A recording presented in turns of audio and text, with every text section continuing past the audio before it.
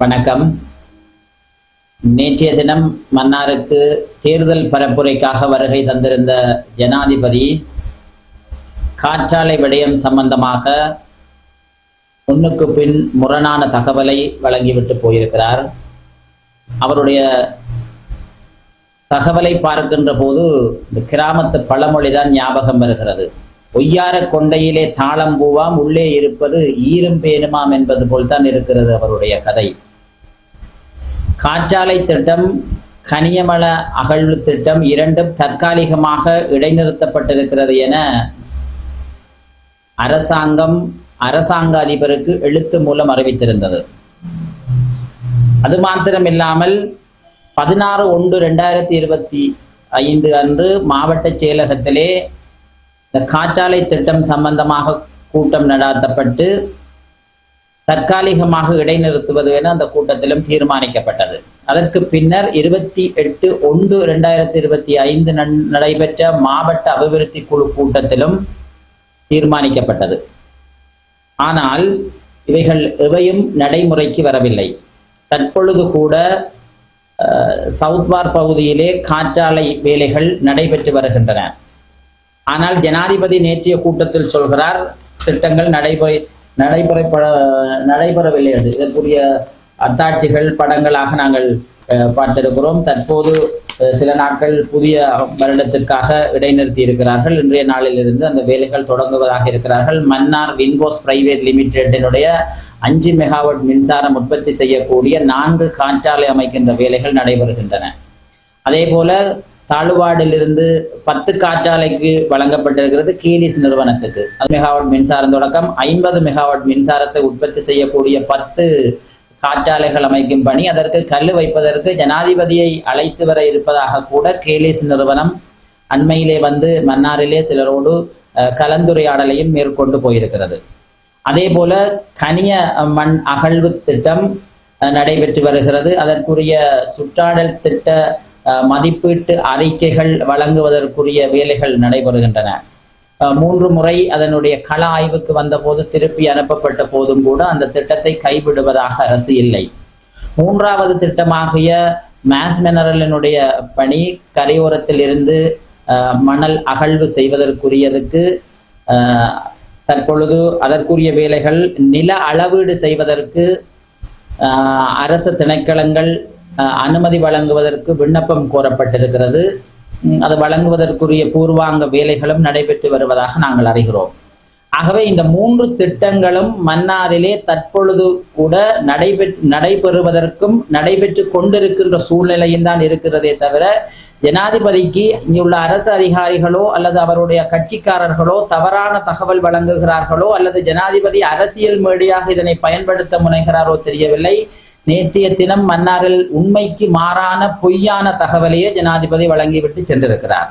ஆகவே ஒரு தேர்தல் மேடையிலே வாக்கு பெறுவதற்காக நடைபெறுகின்ற சம்பவத்தை இல்லை என்று சொல்வது அரசினுடைய ஆட்சி முறைமைக்கு இழுக்கும் அவமானமும் ஆகும்.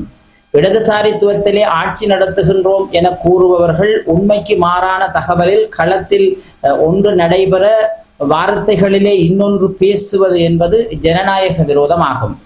ஆகவே இது ஜனாதிபதி உடனடியாக இதை கவனத்தில் எடுத்து இந்த திட்டத்தை அவர் கூறியது போல் நிறுத்துவதற்குரிய வழி ஏற்படுத்த வேண்டும். அதில் இன்னும் ஒன்றையும் சொன்னார், குறைந்தபட்ச சூழல் பாதிப்போடு இந்த திட்டத்தை நடைமுறைப்படுத்துவோம் என்று. அது என்ன குறைந்தபட்சம் கூடியபட்சம் என்பது எல்லாம் அரசு ஒரு ஏமாற்றுகின்ற வார்த்தைகளாகவே தான் நாங்கள் தொடர்ச்சியாகவே கடந்த 2 ஆண்டுகளுக்கு மேலாக இந்த திட்டங்கள் நடைமுறைப்படுத்தக்கூடாது எனத்தான் போராடி வருகிறோம். இதில் குறைந்தபட்சமும் இல்லை கூடியபட்சமும் இல்லை. ஒருபோதும் மன்னார் மக்கள் இதனை அனுமதிக்க மாட்டார்கள். அனுமதிக்கின்ற சூழலுக்கும் அதுக்குரிய இடைவெளியையும் கூட வழங்க மாட்டார்கள். இந்த கரையோர மணல் அகழ்வு என்பது மிக மோசமான பாதிப்பை ஏற்படுத்தும். அந்த கனிம மணல் அகழ்வு ஏனெனில் தலைமன்னாரில் இருந்து சிலாவத்துறை வரைக்கும் அகழ்வதற்கு அனுமதி கோருகின்ற முயற்சியில் ஈடுபட்டிருக்கிறார்கள். ஏறக்குறைய 110 வாடிகளுக்கு மேல் இருக்கின்றன. அதே போல 58க்கு மேற்பட்ட இழுவை கரவலைப்பாடும் இருக்கிறது. ஆகவே இது முழுமையாக பாதிக்கப்படக்கூடிய ஒரு நிலைமை இருக்கிறது. அதே போல் கடல்வாழ் உயிரினங்களினுடைய இனப்பெருக்கம் முழுமையாக பாதிக்கப்படும் கரையோரத்தில் மணல் அகழ்வு ஏற்பட்டால்.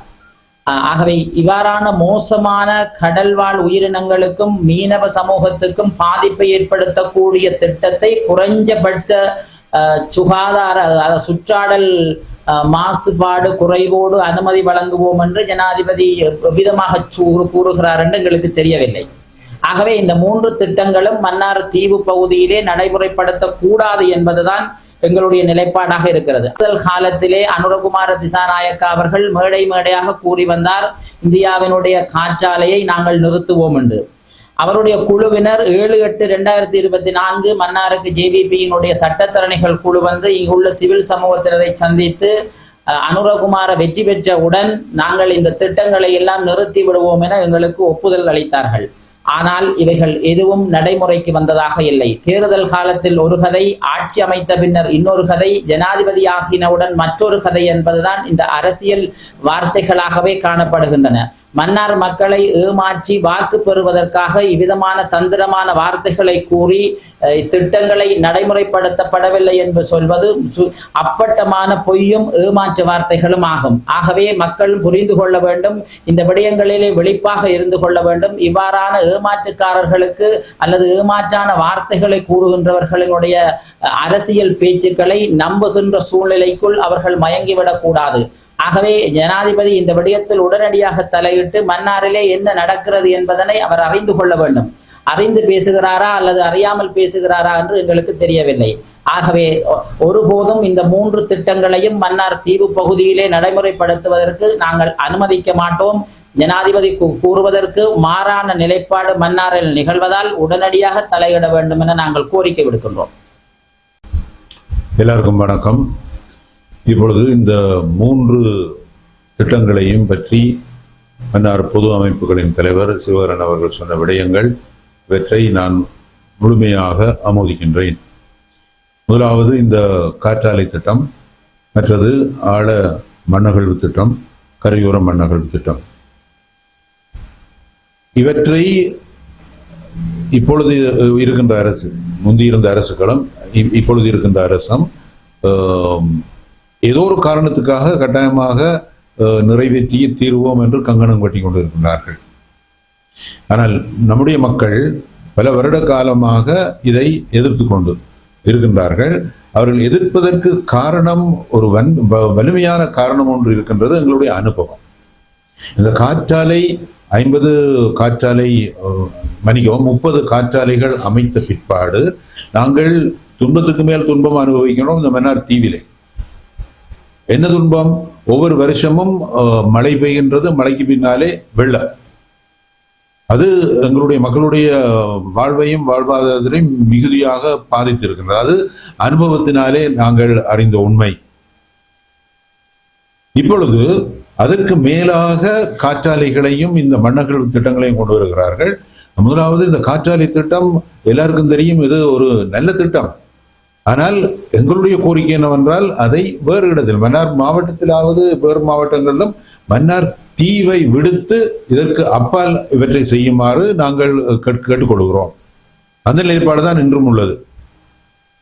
ஆனால் நாங்கள் அறிகின்ற அளவிலே திரும்பவும் இந்த மன்னார் தீவுக்குள்ளேயே இன்னும் இந்த காற்றாலைகளை அமைக்கின்ற ஆரம்ப பணிகள், மேலதிகமான காற்றாலைகளை அமைக்கின்ற பணிகள் ஆரம்பிக்கப்பட்டு நடைபெற்றுக் கொண்டே இருக்கின்றன. மற்ற 2 திட்டங்களும் மண்ணகழ்வு திட்டங்கள் அது மிகவும் மோசமான பாதிப்பை எங்களுடைய மக்களுக்கு கொண்டு வரும்.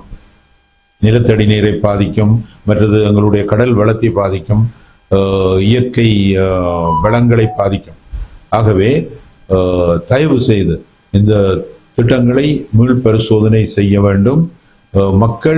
மக்களுக்கு பாதிப்பு ஏற்படுத்துகின்ற இந்த திட்டங்களை நிறுத்த வேண்டும் என்று தயவாய் கேட்டுக்கொள்கிறோம். நன்றி. வணக்கம். நேற்றைய தினம் அதிமேதகு ஜனாதிபதி அவர்களின் மன்னார் விஜயம், அதனூடாக சொல்லப்பட்ட விடயங்கள், மீனவர்கள் என்ற முறையிலே அவரின் அந்த கருத்துக்களை நாங்கள் உள்வாங்கிய வகையில், குறிப்பாக அவரால் முன்வைக்கப்பட்ட நாங்கள் நிறைவே எதிர்பார்த்தோம். அந்த கூட்டத்திலே கௌரவ கடற்றொழில் அமைச்சரும் தனது கருத்தை பதிவு செய்திருந்தார். மீனவர்கள் தொடர்பாக இவர்கள் என்ன கருத்தை கூறுவார்கள் என்ற எதிர்பார்ப்பு மன்னாரில் இருக்கின்ற, குறிப்பாக தீவில் இருக்கின்ற மீனவர்கள் மத்தியிலே காணப்பட்டது. ஆனால் எவ்வாறான கருத்தும் மீனவர்களை சாந்தப்படுத்தக்கூடிய அல்லது அவர்களின் பிரச்சினைக்கான தீர்வாக அமையவில்லை. குறிப்பாக ஜனாதிபதி அவர்கள் கூட இந்திய மீனவர் விடயத்திலே அவர் மேற்கொள்ள இருக்கின்ற விடயங்களை தெளிவில்லாமல் கூறி சென்றார். ஆனால் ஒரு விதத்தை அவர் தெளிவாக கூறியிருக்கின்றார். தலைமன்னாருக்கும் ராமேஸ்வரத்துக்குமான ஒரு கப்பல் சேவையை செய்வது தொடர்பாகவும் அவர்களால் செய்யப்பட்ட ஒப்பந்தங்களை அல்லது புதுப்பிப்பது தொடர்பாக அண்மையில் மோடியோடு பேசிக்கொண்ட விடயங்களாக கூட இருக்கலாம். எனவே அவர் செய்யப்பட்ட ஒப்பந்தங்களை நடைமுறைப்படுத்துவதற்காக இந்த தேர்தல் களத்தை பயன்படுத்தி இருக்கின்றார். குறிப்பாக மன்னார் விஜயத்தை அதற்காகவே பயன்படுத்தி இருக்கின்றார். எனவே மீனவர்களாகிய நாங்கள் எதிர்பார்த்தது அதுவல்ல. மீனவர்களின் பிரச்சினை, இந்திய மீனவர்களின் வருகையை ஜனாதிபதி அவர்கள் எவ்வாறு கையாளப் போகின்றார், எதிர்காலத்திலே அவரிடமிருந்து வரக்கூடிய வார்த்தைகள் அது தொடர்பாக எங்களுக்கு எவ்வாறு வாக்குறுதியாக இருக்கப் போகின்றது எதிர்பார்த்த வேளையிலே அவர் கப்பல் போக்குவரத்துக்கும் மக்களின் அந்த போக்குவரத்து செயற்பாட்டுக்கான உந்துதலை முன்னிலைப்படுத்தி இருக்கின்றார். தவிர மீனவர் பிரச்சனை எதுவுமே பேசாத விடயமாக பார்க்கின்றது. கௌரவ கடற்றொழில் அமைச்சரின் கருத்தையும் பார்க்கின்றோம். அவர் இதுகால வரை பதவியை ஏற்று 4 மாதங்கள் கடந்த நிலையில் கூட மன்னாருக்கான உத்தியோகபூர்வ விஜயங்கள், அதாவது குறிப்பிட்ட மன்னார் தீவில் இருக்கின்ற அல்லது மன்னார் மாவட்டத்தில் இருக்கின்ற மீனவர்களை சந்தித்து மீனவர் பிரச்சனையை கேட்டு அறிவதற்கு அப்பால் இந்த தேர்தல் மேடைக்காக வருகை தந்து தேர்தல் பரப்புரையை மாத்திரம் செய்திருக்கின்றார். அதிலும் அவர் கூறிய விடயங்களும் அவரிடம் நாங்கள் எதிர்பார்த்த விடயங்களும் மீனவர்கள் பிரச்சனையை அவர்கள் தீர்ப்பதற்காக என்ன முன்மொழிவுகளை வைக்கப் போகின்றார் என்ற பார்த்த இடத்திலே குறிப்பிட்ட இந்திய மீனவர் விஷயத்தை மாத்திரம் பேசியிருந்தார். அது மாத்திரமல்ல இங்கு இருக்கின்ற பிரச்சனை, அதைவிட தாண்டிய நிறைய மீனவர்கள் முன்கொண்ட பிரச்சனைகள் இருக்கின்றன. அவர் அதை தொட்டு கூட பேசவில்லை. எனவே இவ்வாறு தேர்தல் பரப்புரையின் போது வருகை தந்து தங்களது தேர்தல் வேட்பாளர்களை ஆதரிக்கின்ற கூட்டங்களிலாவது அவர்களின் கருத்தை பதிவு செய்வார் என்று எதிர்பார்த்த வேளையிலே அதுவும் பூஜ்ஜியமாக இருக்கின்றது. எனவே எமது எதிர்காலம், மீனவர்களின் எதிர்காலமானது இவர்களின் வாக்குறுதிகளை நம்பியதாக இருந்தால் அது நிச்சயமாக எங்களுக்கான வெற்றியை தந்துவிடாது. இது பல விடயங்களை பேசியிருந்தார்கள். கட்டளை மின்சாரம் அவ்வாறு தான். அதே போன்று கனியமணல் தொடர்பான எந்த வார்த்தையும் இந்த மேடையிலே பேசப்படவில்லை. முக்கியமாக நாங்கள் எதிர்பார்த்தது இந்த கனிய வளங்கள் அகழ்வது தொடர்பாக அவரிடமிருந்து ஒரு ஆக்கப்பூர்வமான அதை நிறுத்துவதற்கான சமிஞ்சை ஒன்று காட்டப்படும் என்று பார்த்தோம். ஆனால் அது கூட நடைபெறவில்லை. ஆனால் ஜனாதிபதி தேர்தலுக்கு முன்னர் அவர் வழங்கிய வாக்குறுதிகள், அவரும் நாங்கள் கடற்கரை அமைச்சர் ஜனாதிபதி சார்பாக கலந்து கொண்ட கூட்டத்திலே அந்த சிட்டிசன் கமிட்டி கலந்துரையாடலில் அவர் தெளிவாக சொல்லியிருந்தார். இந்த 2 திட்டங்களும் மன்னாரில் நடைமுறைப்படுத்துவதை நாங்கள் நிச்சயமாக நிறுத்தியே ஆகும் என்ற வாக்குறுதி வழங்கியிருந்தார். ஆனால் 4 மாதங்களை கடந்து எவ்வாறு அதை நடைமுறைப்படுத்துவோம், எவ்வாறு குறைந்த அளவிலான சுற்றுச்சூழல் பாதிப்போடு நாங்கள் நடைமுறைப்படுத்துவோம் பற்றி பேசுகின்றார்கள். ஆனால் குறைந்த அளவிலோ கூடிய அளவிலோ பாதிப்பு என்பது இந்த மன்னார் தீவுக்கு ஏற்பட போகின்றது என்பதை அவர் சூசகமாக தெரிவித்திருக்கின்றார் என்பதை மட்டும் நான் தெரிவித்து விடைபெறுகின்றேன். நன்றி.